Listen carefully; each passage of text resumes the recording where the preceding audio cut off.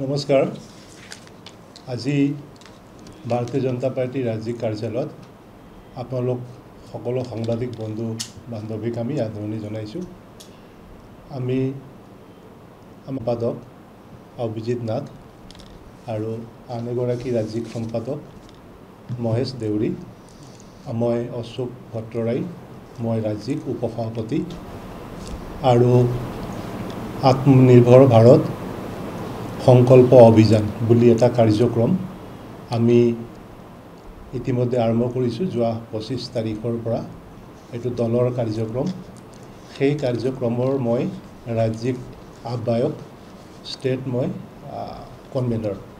সেই হিচাপে আজি আমি এটা বিশেষ দলীয় কাৰ্যসূচী আৰু অতি গুৰুত্বপূৰ্ণ কাৰ্যসূচীৰ বিষয়ে আপোনালোকক লগতে আপোনালোকৰ জৰিয়তে অসমৰ ৰাইজক, ভাৰতবৰ্ষৰ ৰাইজক জনাবৰ বাবে এই সংবাদ সভা আজি আয়োজন কৰা হৈছিলে।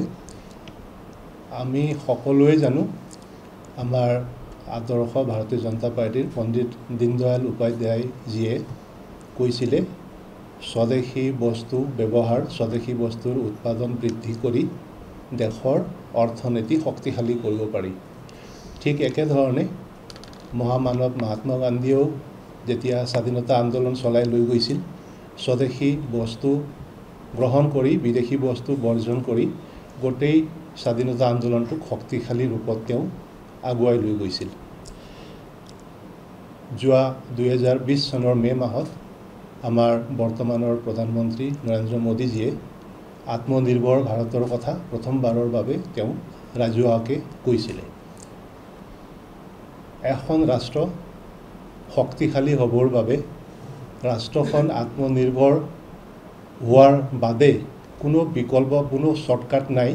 এখন ৰাষ্ট্ৰ যেতিয়া আত্মনিৰ্ভৰ হ'ব, এখন ৰাষ্ট্ৰ যেতিয়া স্বদেশী বস্তু বিশ্ব মানদণ্ডত, এখন ৰাষ্ট্ৰৰ যেতিয়া স্বদেশী বস্তু বিশ্ব মানদণ্ডৰ সৰ্বশ্ৰেষ্ঠ গুণগত বস্তু উৎপাদিত হ'ব, তেতিয়াহে এখন ৰাষ্ট্ৰ শক্তিশালী হ'ব আৰু বিশ্বৰ বুকুত এখন ৰাষ্ট্ৰ উন্নত ৰাষ্ট্ৰ হিচাপে প্ৰতিষ্ঠা লাভ কৰিব। সময়ে সময়ে আমি দেখি আহিছোঁ, শক্তিশালী ৰাষ্ট্ৰই উন্নয়নশীল ৰাষ্ট্ৰ অথবা অনুন্নত ৰাষ্ট্ৰ, দুৰ্বল ৰাষ্ট্ৰক বিভিন্ন ধৰণে ব্লেকমেইলিং কৰে, কেতিয়াবা টেক্সৰ কথা কয়, কেতিয়াবা কিবা কিবি কৰে। গতিকে এনে এটা পৰিস্থিতিৰ পৰিপ্ৰেক্ষিতত এখন ৰাষ্ট্ৰ যেতিয়ালৈকে আত্মনিৰ্ভৰ নহয়, যেতিয়ালৈকে সম্পূৰ্ণ স্বদেশী বস্তুৰ ওপৰত সকলো ছেক্টৰত, নতুন তথ্য প্ৰযুক্তিৰ পৰা আৰম্ভ কৰি কৃষি কৰ্মৰ পৰা আৰম্ভ কৰি বিভিন্ন ছেক্টৰত, ডিফেন্স ছেক্টৰ হওক, সকলোতে যেতিয়া সম্পূৰ্ণৰূপে আত্মনিৰ্ভৰ হ'ব, তেতিয়াহে এখন ৰাষ্ট্ৰ শক্তিশালী আৰু সৰ্বাংগীন উন্নত ৰাষ্ট্ৰ হিচাপে পৰিগণিত হ'ব। এই বুনিয়াদী কথা আৰু বেছিক কথা আমি হৃদয়ংগম কৰি বুজি উঠি আমাৰ দলে ইতিমধ্যে এটা কাৰ্যক্ৰম আমি হাতত লৈছোঁ, আত্মনিৰ্ভৰ ভাৰত সংকল্প অভিযান। এই কাৰ্যক্ৰম যোৱা 25 তাৰিখে দীনদয়াল উপাধ্যায়জীৰ জন্মদিনৰ দিনা শুভ উদ্বোধন আৰম্ভণি হৈছে। এইটো আমাৰ নেশ্যনেল লেভেলত এটা প্ৰেছ বাৰ্তা ইতিমধ্যে হৈ গৈছে। আজি আমি অসমত এই প্ৰেছ বাৰ্তাৰ আয়োজন কৰিছোঁ। আমাৰ এই কাৰ্যক্ৰম যোৱা 25 ছেপ্টেম্বৰৰ পৰা অহা 25 ডিচেম্বৰ অটল বিহাৰী বাজপেয়ীজীৰ জন্ম জয়ন্তীলৈকে 3 মহীয়া এই কাৰ্যক্ৰম আমাৰ চলিব। এই কাৰ্যক্ৰমৰ জৰিয়তে আমি এটা বিস্তৃত জন আন্দোলন এটা আমি গঢ়ি তুলিব বিচাৰিছোঁ। দেশৰ ৰাজ্যৰ প্ৰত্যেক নাগৰিকে যাতে বুজি উঠে, হৃদয়ংগম কৰে, যাতে স্বদেশী বস্তু কিমান ইম্পৰ্টেণ্ট বা দেশৰ উৎপাদন বঢ়াবৰ কাৰণে বিভিন্ন ছেক্টৰত আত্মনিৰ্ভৰ হোৱাটো কিমান জৰুৰী এখন ৰাষ্ট্ৰ শক্তিশালী হ'বলৈ। গতিকে সেই বিষয়ে আমি এটা বিস্তৃত আমি কাৰ্যক্ৰম এটা ল'বলৈ গৈ আছোঁ। আমাৰ এই কাৰ্যক্ৰমৰ অধীনত জিলা, ৰাজ্যিক স্তৰত, জিলাত, মণ্ডলত বা ব্লকত বা পঞ্চায়তত, বুথত, বিভিন্ন স্তৰত আমাৰ বিভিন্ন কাৰ্যক্ৰম হ'ব। মহিলা, যুৱকৰ মাজত সজাগতা আলোচনা, ঠিক তেনেকৈ উদ্যোগী, সৰু বেপাৰী, কুটিৰ শিল্প, এনেকৈ বিভিন্ন ব্যৱসায়ী, বিভিন্ন শ্ৰেণীৰ মানুহৰ মাজত আলোচনা চক্ৰ। তাৰোপৰি স্কুল কলেজতো আমি বিভিন্ন ধৰণৰ আলোচনা চক্ৰ আৰু আত্মনিৰ্ভৰৰ ওপৰত আমি কুইজ এছে কম্পিটিশ্যন এনেকৈ বিভিন্ন ধৰণে গোটেই কাৰ্যক্ৰম আমি ৰূপৰেখা আমি প্ৰস্তুত কৰিছোঁ। আমি এই কাৰ্যক্ৰমৰ অধীনত আমি বেনাৰ পোষ্টাৰ হোৰ্ডিংছ ঘৰে ঘৰে ষ্টিকাৰ লগোৱা আত্মনিৰ্ভৰ ভাৰতৰ বিষয় এনেকৈ আমি সকলো ৰাইজক আমি সজাগ আৰু সচেতন কৰিবৰ কাৰণে আমি চাৰিওপিনৰ পৰা আমি কাম কৰি যাম। স্বদেশী বস্তু বুলি কওঁতে আৰু এটা কনচেপশ্যন ধাৰণাৰ বিষয়ে আমি ক্লিয়াৰিটি আনিব বিচাৰিছোঁ।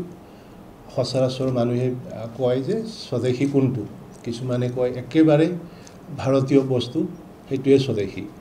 এনেকৈ স্বদেশীৰ এটা ডেফিনেশ্যনত কিছু কেতিয়াবা বিতৰ্ক হোৱা দেখা যায়।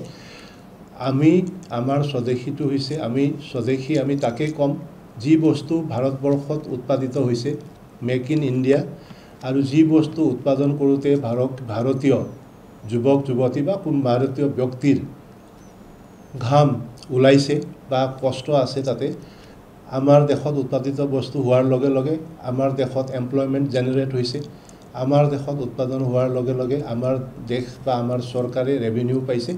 গতিকে সেই আমাৰ দেশত উৎপাদন হোৱা বস্তুক আমি স্বদেশী বুলি আমি গণ্য কৰিম, আৰু দেশত উৎপাদন হোৱা প্ৰত্যেকটো বস্তুৱে আমাৰ কাৰণে স্বদেশী হ'ব, আৰু সেই স্বদেশী বস্তুকে আমি গ্ৰহণ কৰিম। আৰু সেই স্বদেশী বস্তুৰ কাৰণে আমি ভোকেল ফৰ লোকেল যিটো আমি কওঁ, বা আমাৰ প্ৰধানমন্ত্ৰীয়ে সচৰাচৰ কৈ থাকে যে লোকেল ফৰ ভোকেল আমি হ'ব লাগে। আমি দেশত উৎপাদিত বস্তুৰ ক্ষেত্ৰত আমি লোকেল ফৰ ভোকেল হ'ম, নিজেও গ্ৰহণ কৰিম, বেলেগকো গ্ৰহণ কৰিবৰ কাৰণে আমি উৎসাহিত কৰিম। এনেকৈ আমি চাৰিওপিনৰ পৰা দেশত উৎপাদিত বস্তুৰ ক্ষেত্ৰত আমি আগভাগ ল'ম। ইতিমধ্যে আজি মাননীয় প্ৰধানমন্ত্ৰী নৰেন্দ্ৰ মোদীজীয়ে ভাৰতবৰ্ষত BSNLৰ 4G জেনেৰেশ্যন টাৱাৰ যি সুবিধাখিনি ইতিমধ্যে আজি উদ্বোধন কৰিছে। আজি অসমত আমাৰ মাননীয় মুখ্যমন্ত্ৰী ডক্টৰ হিমন্ত বিশ্ব শৰ্মা দেৱ, লগতে IT মিনিষ্টাৰ আৰু ডনাৰ মিনিষ্টাৰ জ্যোতি আদিত্য সিন্ধিয়া দেৱ আজি গুৱাহাটীত যি কাৰ্যক্ৰম হৈছিলে সেই কাৰ্যক্ৰমত দুয়োগৰাকী নেতা উপস্থিত আছিলে। আজি যি 4G টাৱাৰ হ'ল, ইয়াৰ জৰিয়তে প্ৰায় 1 লাখতকৈও অধিক টাৱাৰ ভাৰতবৰ্ষৰ বিভিন্ন জেগাত হৈছে। আৰু এই আজিৰ যি উন্মোচন হৈ গ'ল, এই গোটেই টেকন'লজিটো ভাৰতৰ নিজৰ টেকন'লজি। ভাৰতবৰ্ষই নিজৰ টেকন'লজিৰ জৰিয়তে আজি এই গোটেই কাৰ্যক্ৰমটো আজি 4G যিটো BSNL কৰিছে, এইটো সম্পূৰ্ণ স্বদেশী টেকন'লজি। ইয়াত বাহিৰৰ পৰা একো টেকন'লজি লোৱা হোৱা নাই। ইয়াতে লগোৱা ষ্টিলৰ পৰা আৰম্ভ কৰি আইৰণ যি বস্তু ব্যৱহাৰ হৈছে গোটেই ভাৰতত উৎপাদন কৰা, আৰু ভাৰতীয় বস্তু আৰু টেকন'লজিও ভাৰতৰ টেকন'লজি দি 4G ব্যৱস্থা কৰিব পৰা ভাৰতবৰ্ষ আজি বিশ্বত 5 নম্বৰ দেশ হিচাপে পৰিগণিত হ'ল। ইয়াৰ আগতে Sweden, Denmark, China, South Korea আৰু আজি ভাৰতবৰ্ষ হ'ল। এনেকৈ আমি বিশ্বৰ 5 নম্বৰখন দেশ ইতিমধ্যে সম্পূৰ্ণ স্বদেশী বস্তুৰ ওপৰত আমি 4G টেকন'লজি কৰিব পৰা হ'লোঁ। এনেকৈ আমাৰ চৰকাৰে, আমাৰ দলে বিভিন্ন ছেক্টৰত আমি স্বদেশী বস্তু আগুৱাই নিবৰ বাবে আমি আন্তৰিকতাৰে পূৰা সমৰ্পণেৰে আমি কামখিনি আগুৱাই নিছোঁ, আৰু এই কামখিনি আমি আগলৈ কৰিম। আৰু এই 3 মাহৰ ফাৰ্ষ্ট ফেজৰ যি কাৰ্যক্ৰম আছে সেইটো আমি আগুৱাই লৈ যাম। যিখিনি কথা ইতিমধ্যে আমি আপোনালোকক ক'লোঁ, এই কাৰ্যক্ৰমৰ বাবে আমি এটা শ্লোগানো আমি ঠিক কৰিছোঁ। আমি কৈছোঁ প্ৰত্যেক ঘৰত স্বদেশী, ঘৰে ঘৰে স্বদেশী। এই কাৰ্যক্ৰমৰ লগো আমাৰ এই ধৰণৰ হ'ব।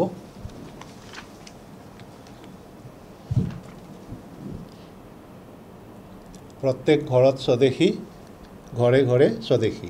গতিকে এই পাৰ্টিৰ এই কাৰ্যক্ৰমৰ বিষয় আমি আপোনালোকৰ পৰা আমি আশা ৰাখিছোঁ।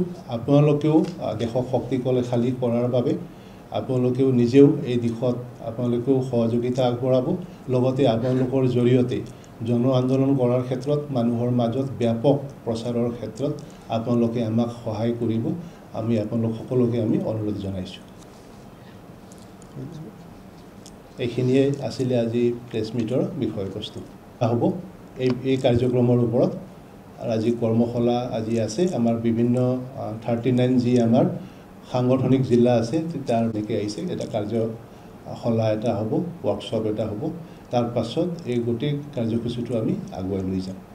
আপোনালোক সকলোকে ধন্যবাদ জনাইছোঁ। যিকোনো খবৰৰ বাবে যোগাযোগ কৰক 7099017330 লগতে 7099017110 নম্বৰত।